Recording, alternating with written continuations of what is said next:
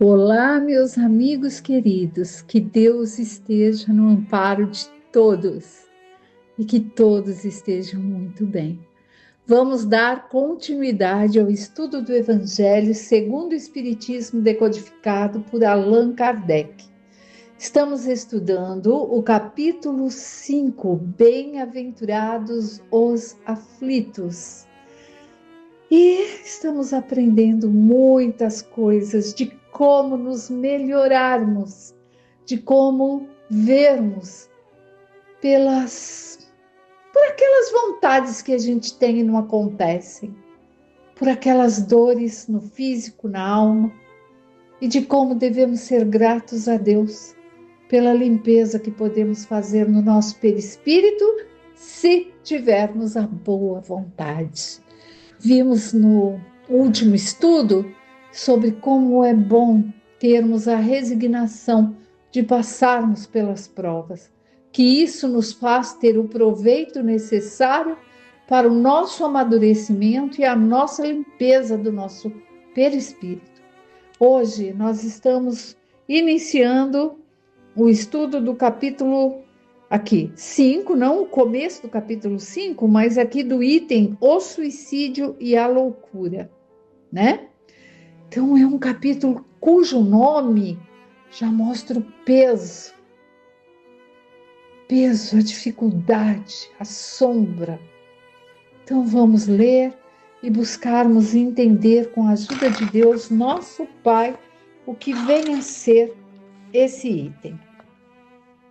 O modo de encarar a vida terrena e a fé no futuro com a calma e a resignação dão ao espírito uma serenidade que é a melhor defesa contra a loucura e o suicídio.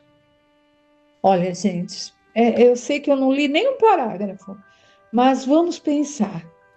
A forma de que usamos, usufruímos, que temos essa forma que cada um tem de encarar a vida. E a vida não é um mar de rosas e de flores ou aquele mar de calmaria, não é.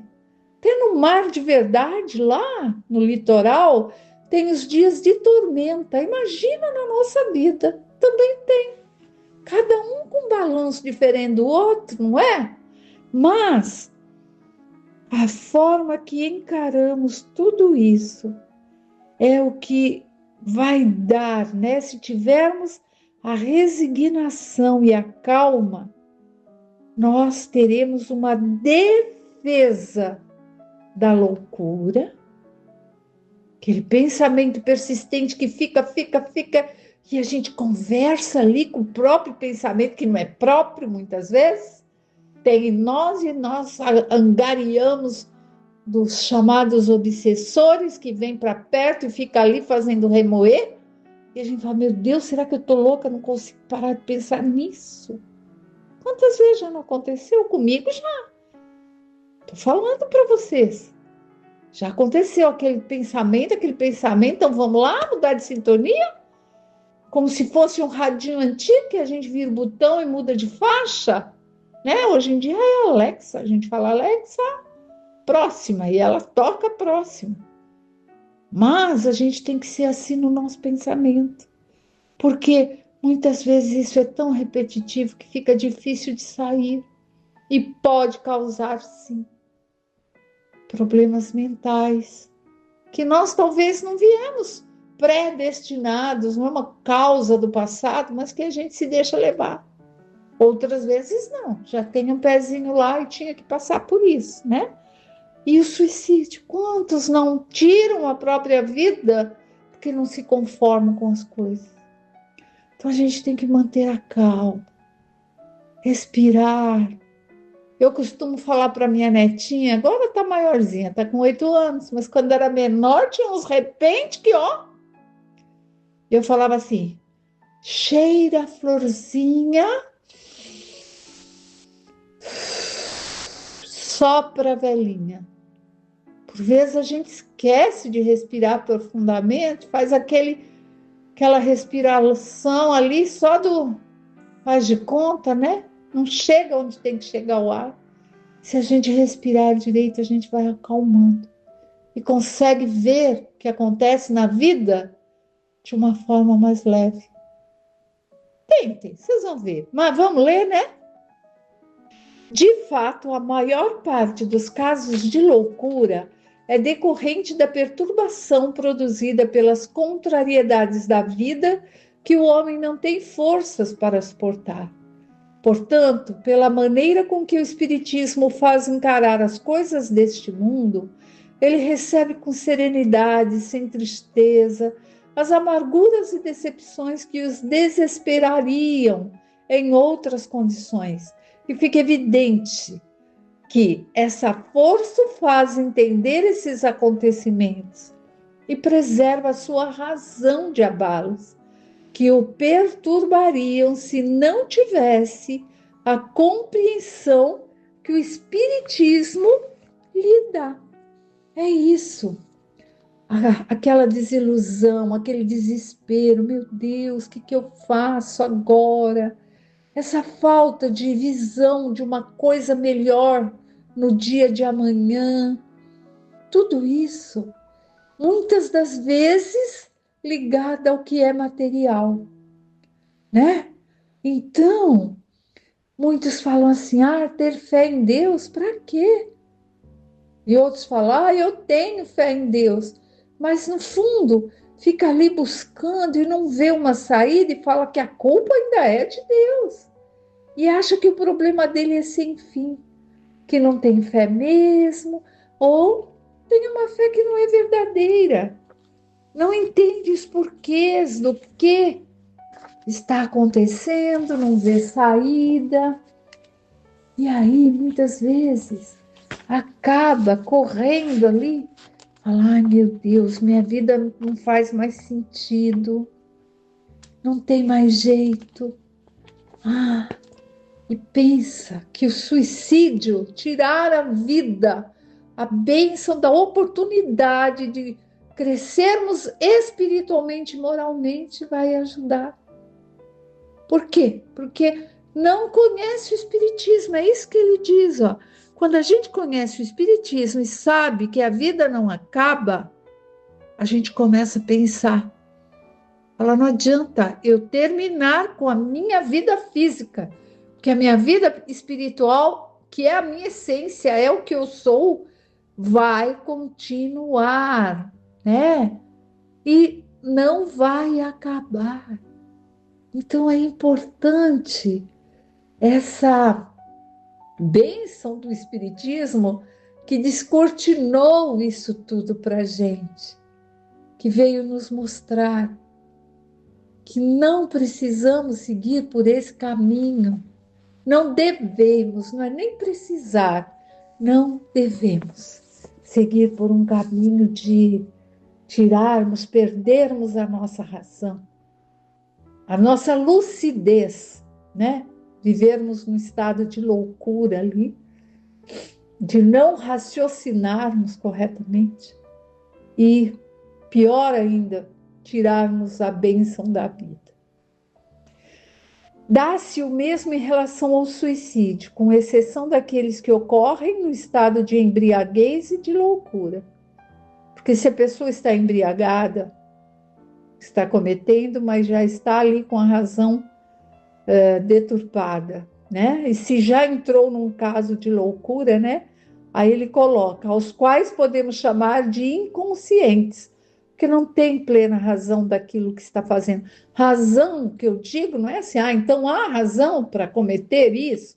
Não, não existe razão.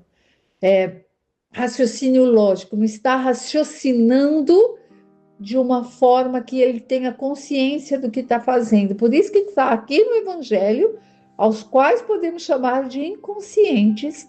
É certo que, quaisquer que sejam os motivos particulares, sempre tem como causa um descontentamento. Portanto, aquele que está certo de ser infeliz apenas por um dia e de serem melhores os dias seguintes, exercita a paciência. Ele só se desespera quando pensa que os seus sofrimentos não terão fim. E o que é a vida humana em relação à eternidade, senão bem menos que um dia? Mas para aquele que não crê na eternidade e julga que nesta vida tudo se acabará, que está deprimido pelo desgosto e infortúnio, só vê na morte a solução dos seus males. Por não esperar nada, acha natural e até mesmo lógico abreviar as misérias pelo suicídio. Olha a dificuldade, né? A incredulidade, a simples dúvida sobre o futuro, as ideias materialistas são, numa palavra, os maiores incentivadores ao suicídio. Elas produzem a covardia moral.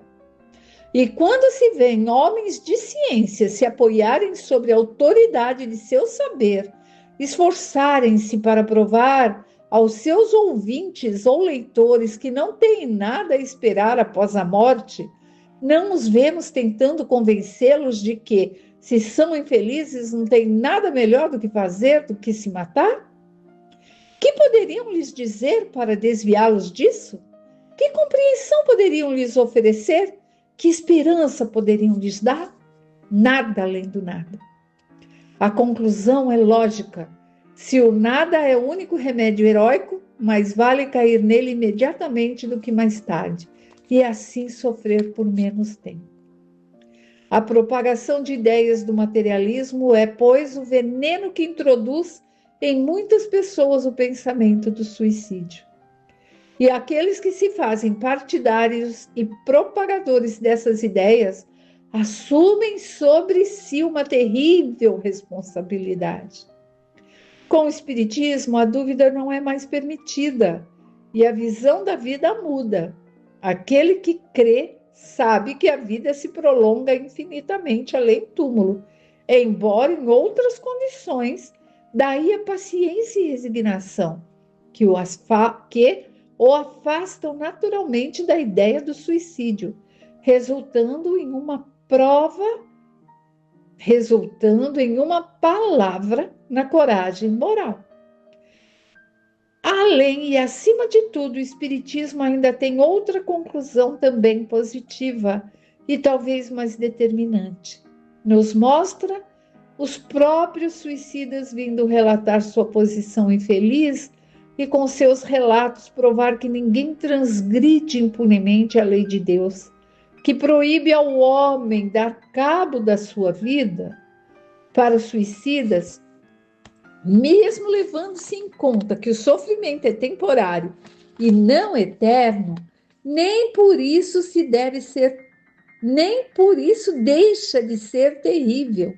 E as consequências que dele resultam dão o que pensar a quem quer que seja, tentando a se suicidar e a partir daqui, antes da vontade de Deus. E partir daqui, do planeta Terra, antes da vontade de Deus.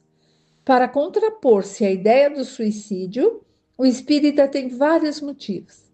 Certeza da vida futura, na qual ele sabe que será muito mais feliz quanto mais confiante e resignado tenha sido na Terra.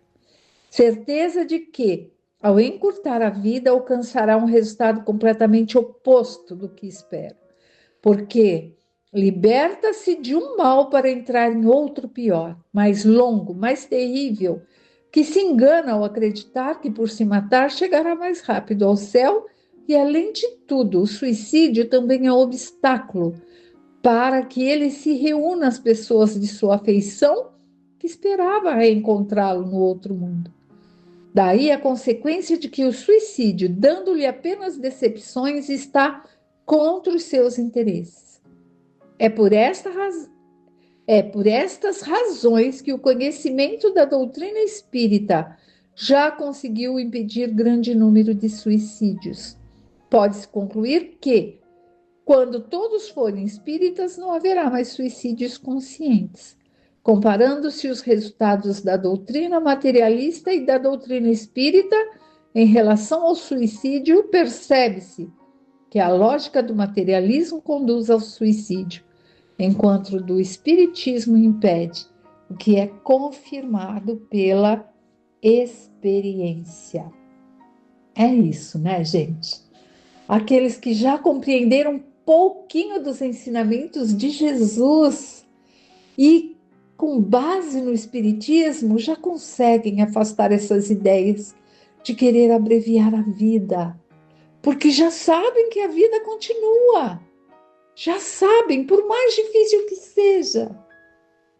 E há o suicídio consciente, que é a que pratica o ato conscientemente, tira a vida do corpo. Aquele que usa um projétil, uma faca, sei lá o quê, E o suicídio inconsciente, qual é? É o que nós vimos ali, o que está em caso de loucura, de embriaguez, mas existem outros, sabiam? Alimentação. Eu amo açúcar, todo dia eu preciso comer doce, mas eu sou diabética. Eu sei que não posso. Deus me livre, ó. Sou não, mas faz conta. Eu estou fazendo o quê? É um suicídio inconsciente. Quando eu como açúcar, eu estou, nesse caso, estou me contaminando, fazendo com que a doença ali instalada aumente, propague. É uma forma de abreviar minha vida. É o suicida inconsciente. Se eu tenho vícios, uso cigarro, uso droga, uso álcool, eu também estou me matando aos poucos, né? Então, é isso, gente. A gente precisa perceber o que fazemos e estarmos bem para comandarmos com alegria, com fé, com confiança as nossas células, para que a nossa mente também siga ali avante e não venha ali, né, causar nossos problemas de saúde, porque minha mente, não é nem a mente, é minha vontade, meus hábitos. Tenho o hábito de comer açúcar, tenho o hábito disso, Não! Eu ouvi numa palestra que o Zé Luiz fez que devemos conversar com as nossas células. Sim, no livro que estamos quase terminando do estudo de segunda, Mecanismos da Mediunidade, também fala que tudo que sentimos, pensamos, nós emanamos as nossas células. Tudo! Então, é isso. Vamos começar a nos nutrir daquilo que é bom, tanto para o nosso corpo, não é? O próprio André Luiz, ele foi chamado de suicida quando desencarnou. Ficavam suicida. Ele falava, jamais eu ia tirar minha vida. Mas foi pelo desrespeito com o corpo físico que depois ele mesmo acabou percebendo, não é? Então, gente, é isso. Que Deus livre-nos do mal, mas do mal que ainda está arraigado dentro de nós. E que a gente comece a perceber e a se mudar e se melhorar, para que tenhamos essa paz de espírito. E vamos rogar a Deus nesse momento, para que todos que estão aí com problemas sérios, não existe um problema que não seja sério, por menor que seja, para aquele que está passando é sério. Mas para que Deus abençoe a todas essas pessoas, que o anjo guardião de cada um consiga estar ali juntinho, emanando e intuindo para soluções, principalmente para que haja calma. Calma, calma, não se preocupe, tenha calma, alma, alma. Olha, é linda essa música, eu não sei cantar, me perdoem, mas é isso que precisamos, de calma para seguirmos dia a dia. Fique em paz, gente, e até o próximo encontro, que assim seja.